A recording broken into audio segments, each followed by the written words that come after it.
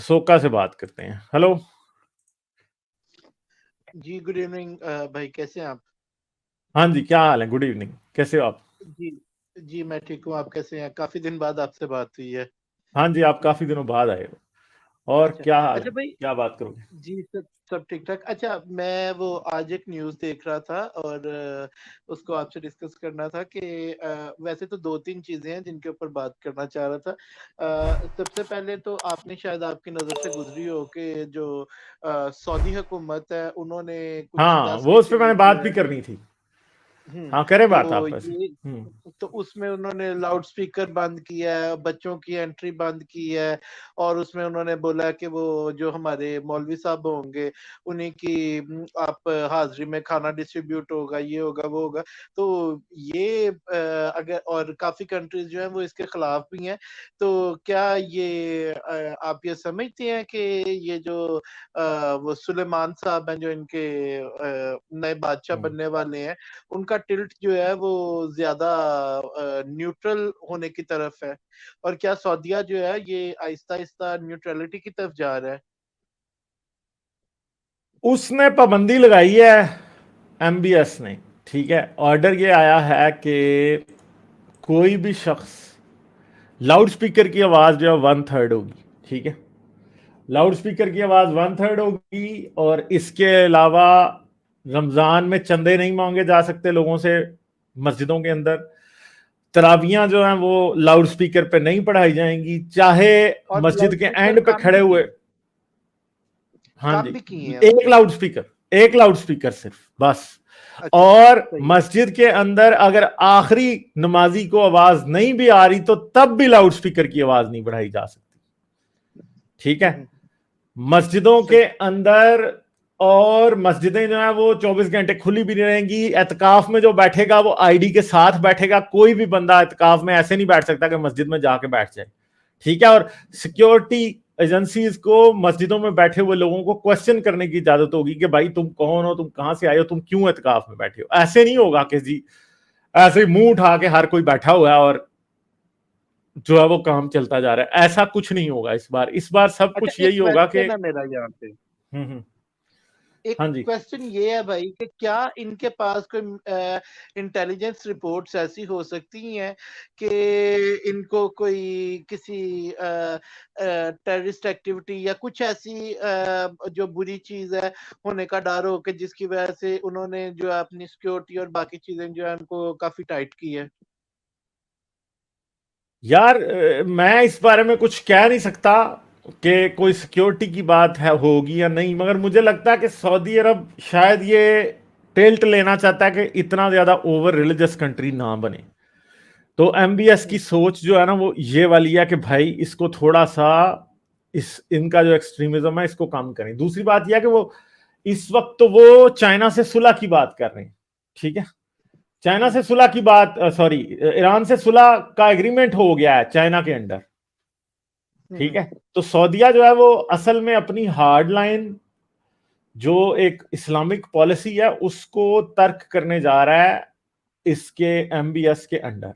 और सऊदीया से आपको कोई रेजिस्टेंस नहीं नजर आ रहा। अब यहां पे देखें, bin Salman announces new orders to restrict Ramzan in Saudi Arabia. No loud speakers नहीं होंगे। ठीक है, नो ब्रॉडकास्ट ऑफ प्रेयर्स, और ऊंची ऊंची अजानें नहीं होंगी, और तरावी भी नहीं करी जाएगी ऊंची आवाज में। ठीक है, नो इतकाफ without ID, state surveillance on on the jails, state surveillance होगी। ठीक है, तरावी की।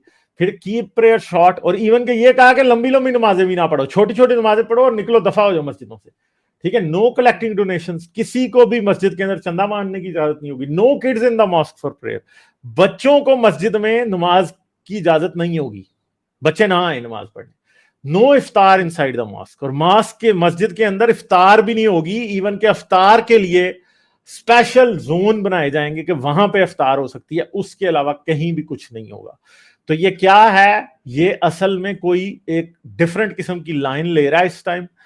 और इसके पीछे क्या सोच है, अब बहुत से लोग एकदम उसे कह देते हैं कि पता नहीं एमबीएस एथियस्ट है। मैं ऐसा भी नहीं कहता कि एमबीएस एथियस्ट है, मगर बात यह है कि वो ये चीज जो है ना किसी तरह से बदलने जा रही है। अब कैसे बदलने जा रही है, इसकी क्या एक नया होगा ये अभी इट्स टू अर्ली टू से, और ये ना हो कि सऊदीया में इसके खिलाफ दहशतगर्दी शुरू हो जाए और कोई इसको मारने के पीछे मुल्ले पड़ जाए, क्योंकि ऐलान इधर जहाद इधर भी एक हो सकता है क्वेश्चन एमबीएस के खिलाफ। ये है ना कि हाँ सॉरी आपकी बात कर रहा था, इधर एक क्वेश्चन ये भी है ना कि जैसे इसका बाप था या दादा था किंग सलमान, उसको वो दूसरा, सॉरी मेरे नाम भूल गया, उसको जैसे कत्ल कर दिया था, तो उसके बाद हाँ जो है वो चीजें बदल गई थी। तो अगर इसके साथ खुदा ना करे अगर कोई ऐसा मसला होता है, क्योंकि ये एक यही मैं कह रहा न्यूट्रलिटी हूँ। की तरफ जा रहा है, तो अगर इसके साथ कुछ होता है, अगर जैसे आप अभी बोल रहे थे कि इसके खिलाफ अगर मुल्ले शुरू हो जाते हैं, तो अगर इसके साथ कुछ ऐसा होता है, तो क्या आप ये समझते हैं कि इसके बाद जो आने वाला सऊदीया होगा वो बहुत ज्यादा रिजिड और मतलब काफी सख्त असूल और काफी सख्त होगा? हाँ ये बात तो हो सकती नहीं, मगर हम कुछ नहीं कह सकते ना। अब जो कुछ ये कर रहा है, ये क्यों कर रहा है, ये मेरी बात समझ में नहीं आ रही फिलहाल।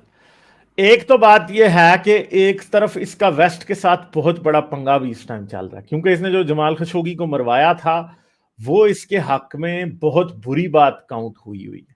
ठीक है, वेस्ट जो है वो इसको एक टेररिस्ट समझता है, और बाइडेन एडमिनिस्ट्रेशन के ताल्लुकात इसके साथ बहुत बुरे हैं, मगर ये फिर भी सऊदीया की लिबरलाइजेशन की कोशिश कर रहा है। मुझे लगता है कि सऊदीया की लिबरलाइजेशन की कोशिश इसलिए कर रहा है कि इसको एक बात नजर आ चुकी है, वो सिंपल बात है, वो इकोनॉमी है जो चीजें डिक्टेट करती है। वो क्या है कि सऊदी अरब में तेल जो है वो दुनिया में अगले 10 से 15 साल में, बढ़िया 20-25 साल में काफी हद तक इररेलेवेंट हो जाएगा। और 20-25 साल को इतनी बड़ी बात नहीं है। अब हमारी एज के जो लोग हैं, 20-25 साल पहले की दुनिया हमें याद है, ठीक है, 90s की दुनिया हमें याद है, हम छोटे थे, बच्चे थे उस टाइम, मगर हमें याद जरूर है। तो उस दुनिया से इस दुनिया में कितना फर्क है। और आज से 25 साल बाद जब गाड़ियां ज्यादातर बैटरी पे कन्वर्ट हो चुकी होंगी, इवन के जहाज जो आज उड़ रहे हैं ना आपके, जो आपको एक मुल्क से दूसरे मुल्क लेके जाते हैं, अमेरिका पाकिस्तान से अमेरिका जो आपको जहाज लेके जाते हैं, वो बिजली पे चल रहे होंगे। तो मुझे बताएं कि फिर तेल की किसको जरूरत होगी? जब तेल की किसी को जरूरत नहीं होगी तो सऊदीया कहां से पैसे कमाएगा? तो एक चीज तो इनको पता है, अरबों को एक बात का पता है, टेक्नोलॉजी तो इनके पास कोई है नहीं है कि ये दुनिया को जी माइक्रोचिप्स एक्सपोर्ट करने लग जाएंगे, वो तो नहीं ये कर सकते। ये क्या करेंगे फिर? दूसरी चीज, इनको दुबई नजर आता है कि दुबई ने देखो टूरिज्म कितना बढ़ाया और दुबई कितना पैसा कमाता है टूरिज्म से, ठीक है। तो ये इनके नजर में, क्योंकि सोच तो इनकी भी फिर पूरी पूरी है, और एजुकेशन के ऊपर अरब इतने कोई है नहीं है तेज के वो टेक्नोलॉजी और एजुकेशन में कोई सरपास करें दुनिया को, तो वो क्या कर रहे हैं? उनके जहन में यही आता है कि उन्हें दुबई की तरह कोई ऐसी इकोनॉमी बनना है जिसकी एक तो सोर्सेज ऑफ इनकम बनानी है। सोर्सेज ऑफ इनकम, अगर वो ये सोचें कि हम एक साल में 2 करोड़ बंदे को हज कराएंगे तो वही हमारी इकोनॉमी चलाएगा, तो भाई सऊदी अरब की पॉपुलेशन चाहे जितनी मर्जी हो, वो उनकी जो है ना इकोनॉमी नहीं चला सकता। अब उन्होंने इकोनॉमी चलानी है ना, कल को, आज से 20 साल बाद भी उन्होंने इकोनॉमी चलानी है उन्होंने, क्योंकि अगर तेल कोई नहीं उनसे खरीद रहा तो सऊदी तो भूखे मरेंगे। उधर उगता क्या है? उधर तो उगता भी कुछ नहीं है। टेक्नोलॉजी सऊदी अरब क्या एक्सपोर्ट करता है? कौन सी उधर जो है वो हाईटेक कोई सिलिकॉन वैली बनी है? कुछ भी नहीं है वहां पे, ठीक है। कोई इंडस्ट्रियल कॉम्प्लेक्सेस नहीं है, इतने इतने हैं इंडस्ट्रियल कॉम्प्लेक्सेस वहां पे, तेल और गैस सस्ता होने की वजह से वहां पे हैं, मगर क्या वो ऐसा कर सकते हैं कि वो पूरे half half the lifestyle maintain कर लें जो उनका आज है? तो आई डोंट थिंक सो कि तेल जब इक्वेशन से निकलेगा तो वो इतना लाइफस्टाइल या इतनी अच्छी इकोनॉमी मेंटेन कर पाएंगे। तो उसकी उसकी वजह से उनको क्या करना होगा? उसका एक ही इलाज है, उनको क्या करना है कि अपनी इकोनॉमी को लिबरलाइज करना है। इकोनॉमी को लिबरलाइज करने के लिए उनको अपनी अपनी अवाम को लिबरलाइज करना है। अवाम को लिबरलाइज करने का मतलब है कि मुल्क में अब सिनेमाज भी खुलेंगे। अब लोगों को, उनको, उसको शायद ये बात समझ आ गई है कि सिनेमा जो है वो मस्जिद से बड़ा बिजनेस है, ठीक है। ओपन इकोनॉमी, होटल्स, लिकर का बिजनेस, वो मस्जिद से बड़ा बिजनेस है, वो ये बात समझता है, ठीक है।